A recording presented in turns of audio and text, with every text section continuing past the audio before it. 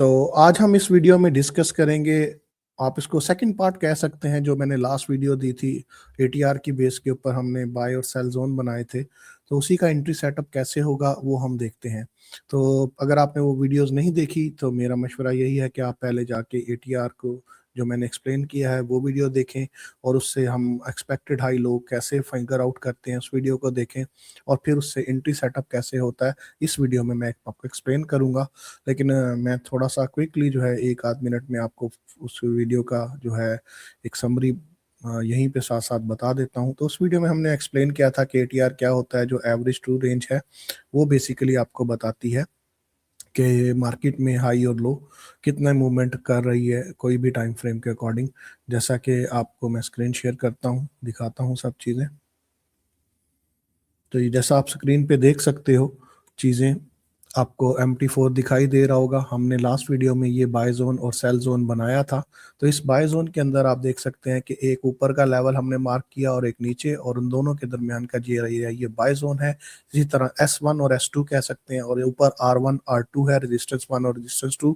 इसका जो एरिया है ये सेल जोन है। ठीक है, कैसे बने थे इसके फार्मूलाज मैंने आप लोगों के साथ शेयर किए थे, यहाँ आप देख सकते हैं।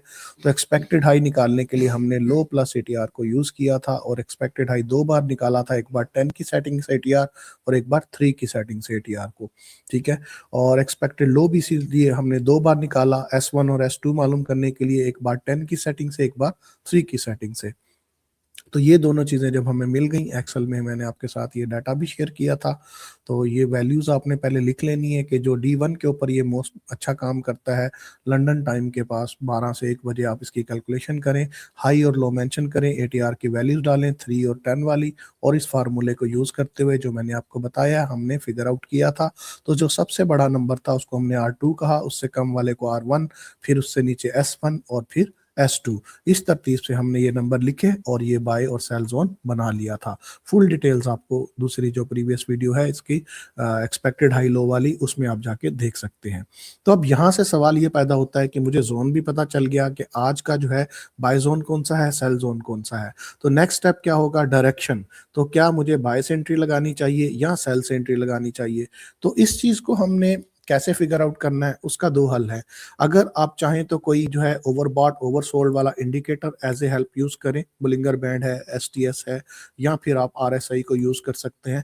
अदरवाइज बहुत सिंपल सी बात है, आप अपना चार्ट जो आपने डेली का खोला है उसको देखें कि जो कैंडल है, जो करंट कैंडल है, क्या उससे प्रीवियस जो है आपको फॉल 5-6 कैंडल का दिखाई दे रहा है या राइज दिखाई दे रहा है।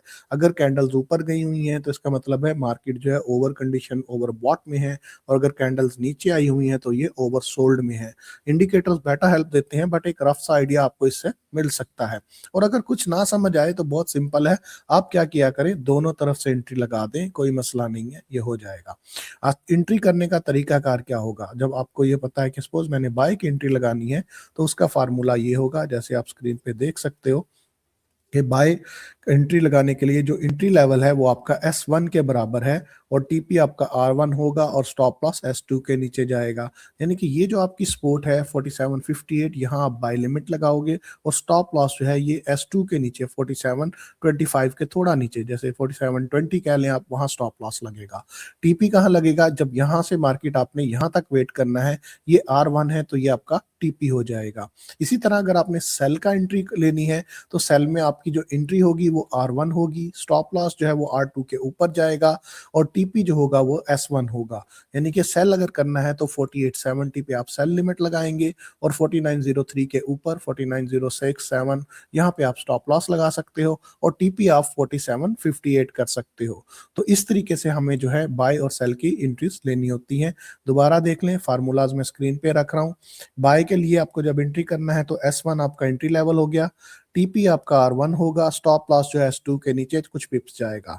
और इसी तरह जो है आप मतलब अगर आपने एंट्री लेनी है सेल जोन में, तो फिर आपने क्या करना है कि एंट्री लेवल जो है आपका रेजिस्टेंस 1 होगा। नंबर्स पहले के लिखे हुए हैं तो मैं इसको थोड़ा सा अकॉर्डिंग टू सिचुएशन सेट कर देता हूँ। तो S1 4758 है और S2 4725 है। तो हमारा यहाँ पे 4758 जो है ये एंट्री होगी बाय की, और जो स्टॉप लॉस है 4725 के नीचे 4720 हो जाएगा। तो R1 जो है वो हमारे पास 4870 है, तो यहाँ पे हमारा जो TP है 48 हम 65 उसके पास लगा देते हैं। ठीक है, इसी तरह R1 पे जब एंट्री करनी है तो 48 हमारे पास क्या था 4870, तो हम 4870 पे इसको सेल लगाएंगे और स्टॉप लॉस जो है 4903 के ऊपर, तो 4907 कर देते हैं। ठीक है, और टीपी जो सॉरी स्टॉप लॉस ये 4907 यहाँ पे आएगा। टीपी जो है हमारा S1 होगा, तो S1 जो है यहाँ पे हमारी एंट्री थी 4758, तो ये हमारा जो है 4760 पे हम इसको टीपी लगा देंगे। तो बहुत सिंपल सी बात है, यहाँ बाय करेंगे स्टॉप इसके नीचे आएगा, टीपी यहाँ जाएगा। अगर यहाँ सेल करेंगे तो स्टॉप इसके ऊपर जाएगा और टीपी आपका इधर आएगा। तो buy on spot sell on resistance, इस फार्मूले पे ये स्ट्रेटजी काम करेगी। और पर स्पॉट किस तरह फाइंड आउट की, उसके लिए हमने एक्सपेक्टेड हाई लो के फार्मूला को यूज किया। अब कुछ इंपॉर्टेंट बातें आप जो आपको याद रखनी है इस स्ट्रेटजी को ट्रेड करते हुए। नंबर 1 कि आपने स्ट्रेटजी को D1 या W1 पे यूज करना है। अगर आपने D1 का टाइम फ्रेम कोई चार्ट को यूज किया तो आपने लंदन ओपनिंग टाइम के से ओपनिंग आवर के अंदर आपने ये सारी कैलकुलेशन कर लेनी है। और अगर आप वीकली पे कर रहे हो तो फिर आपने ट्यूसडे नाइट या वेडनेसडे को लंदन ओपनिंग के टाइम पे आपने ये काम करना है। ठीक है, तो इस तरीके से आपने ये टाइम फ्रेम का ख्याल रखना है। सेकेंडली जो डे है वो उसके अंदर कोई नॉन फार्म पेरोल या FOMC का डाटा नहीं होना चाहिए।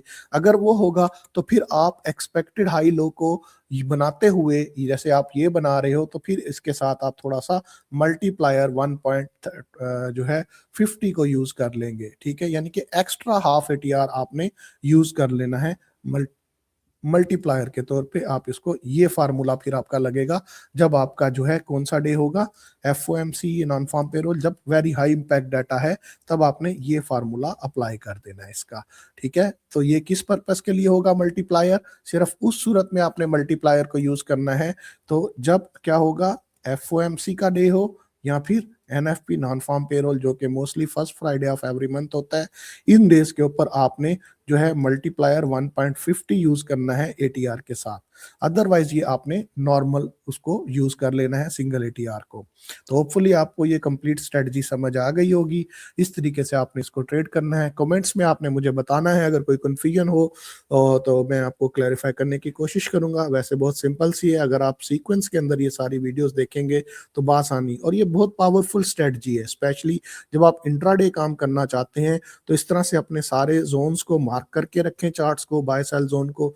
जब मार्केट उस जोन में आ जाए तो फिर आप जो है वहां पे ट्रेड कर सकते हो। सेकंड जो वे हो सकता है कि आप बजाय लिमिट्स लगाने के वेट करें, मार्केट जब इस जोन के अंदर आ जाए और 5 या 15 मिनट के अंदर कोई रिवर्सल कैंडल बनाए, मतलब अगर डाउन आ रही है बाय जोन में, यहाँ पे कोई अच्छी बॉडी वाली जो है बुलिश कैंडल बननी चाहिए या हैमर बनना चाहिए जिसका विक ज्यादा हो, फिर आप बाय करें। इसी तरह सेल में अगर आता है तो कोई शूटिंग स्टार हो या बेरिश इनगल्फिंग हो तो फिर आप यहाँ से सेल करें 5 या 15 मिनट के चार्ट में इस जोन में आने के बाद। तो आप इस स्ट्रेटजी को टेस्ट कीजिएगा और अपने रिजल्ट्स को मेरे साथ शेयर कीजिएगा। आई एम श्योर कि आपको बहुत ज्यादा फायदा होगा। तो मिलते हैं नेक्स्ट वीडियो के अंदर आपको।